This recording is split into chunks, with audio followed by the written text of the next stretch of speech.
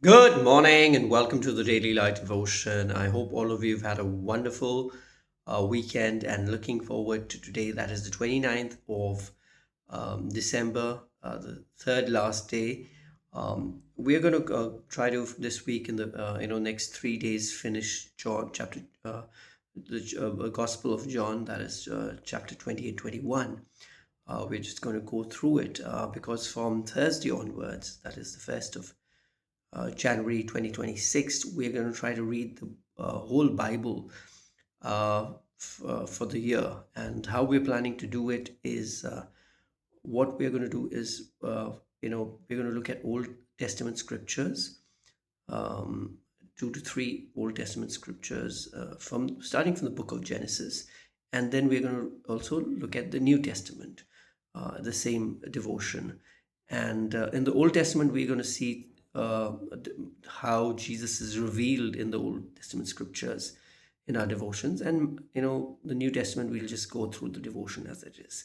So I hope you understand that. And when we get there. So today we're going to look at encountering the uh, risen Lord, basically encountering the Savior.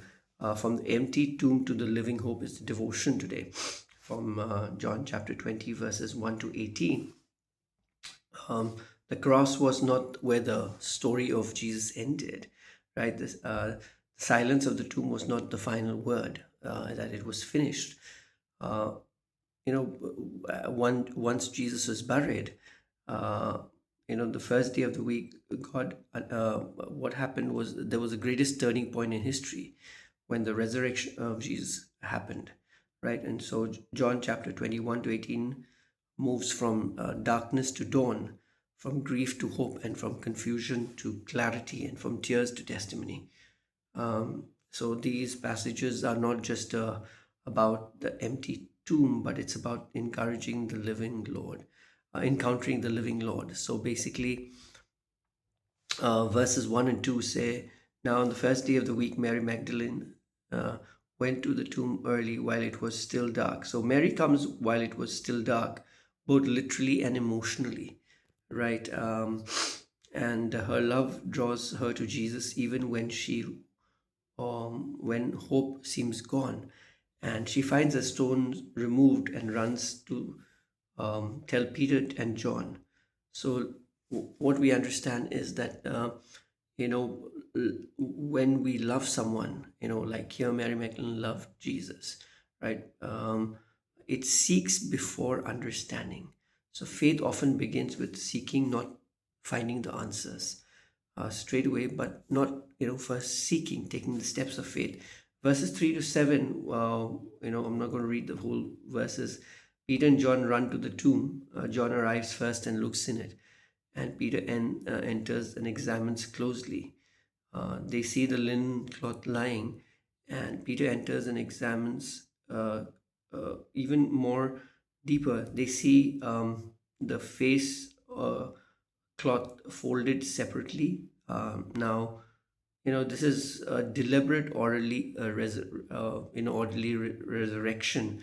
No haste, no disorder, no defeat. God works are marked by purpose, not panic, and the resurrection stands on a visible evidence. So, verse 8 to 10, other disciples saw and believed. John believes, though full understanding will come later. Resurrection faith often unfolds in different stages, so it takes steps. We do not need to perfect understanding to be starting to believe, begin to believe. Seeing God's work kind of gives us a deep understanding, awakening of faith. Verses 11 to 13, Mary remains outside weeping. She looks into the tomb and sees two angels, one at the head and one at the feet. The tomb has become like a mercy seat where death once lay, now glory rest. So yet Mary is still focused on the loss. So pain can blind us of God's presence, right? Heaven may be nearer than we realize. So that is what it is. And verses 14 and 15. Mary turns and sees Jesus but does not recognize him. She assumes he's the gardener. Because she was in so much of grief, it distorted her vision, right? Expectations limit recognition. Remember, often Jesus stands right before us, but not in the form we expect. So Jesus is present even when we do not recognize him. Resurrection life may appear ordinary at first, but it is not. Verse 16 says, Jesus said to Mary, one word, her name. So instantly she recognized. And what we understand is that, when the Messiah calls our name, that is, the Good Shepherd calls our name, according to John 10:3, it says the shepherd calls his sheep by name. Resurrection became personal for Mary, and it became kind of an encounter for her. So Jesus knows us by name. True recognition comes through relationship. Remember, um, verse 17 says, "Do not cling to me. I am ascending to my Father and your Father." So Jesus introduces a kind of new, true, or reality, not just physical presence, but spiritual union. Not just his Father, but our Father. He says, "Your Father." So the resurrection opens a new way of relating to God, right? Resurrection brings access, not distance.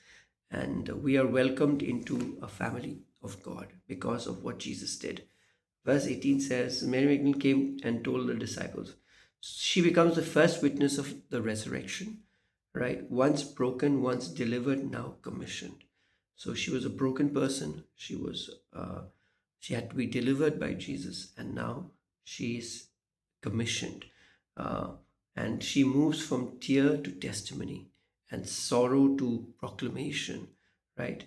So we encountered encounter transforms our identity. Those who meet the risen Christ are already commissioned or sent. So, what are some of the life applications we can learn from here? We need to seek Jesus in every season, even the season of darkness. Trust the evidence of the resurrection. Allow Jesus to call us personally.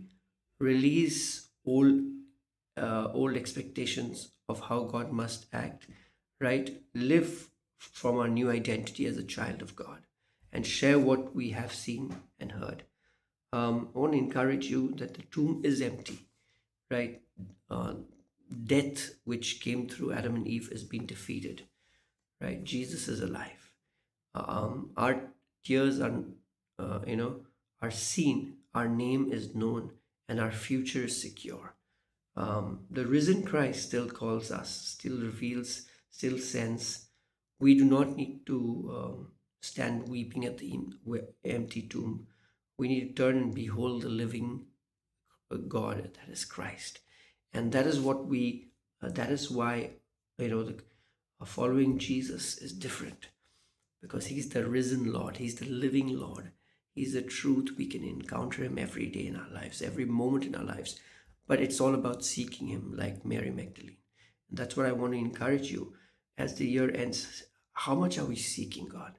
The more we seek him, the more we find him, right? And that is what Jeremiah 29:13 says. If you seek me with all your heart, you will find me. So I just want to encourage you, all of you, to seek God with all your heart, and you will encounter him. God bless everyone. Have a wonderful Monday. I will see you tomorrow. Bye.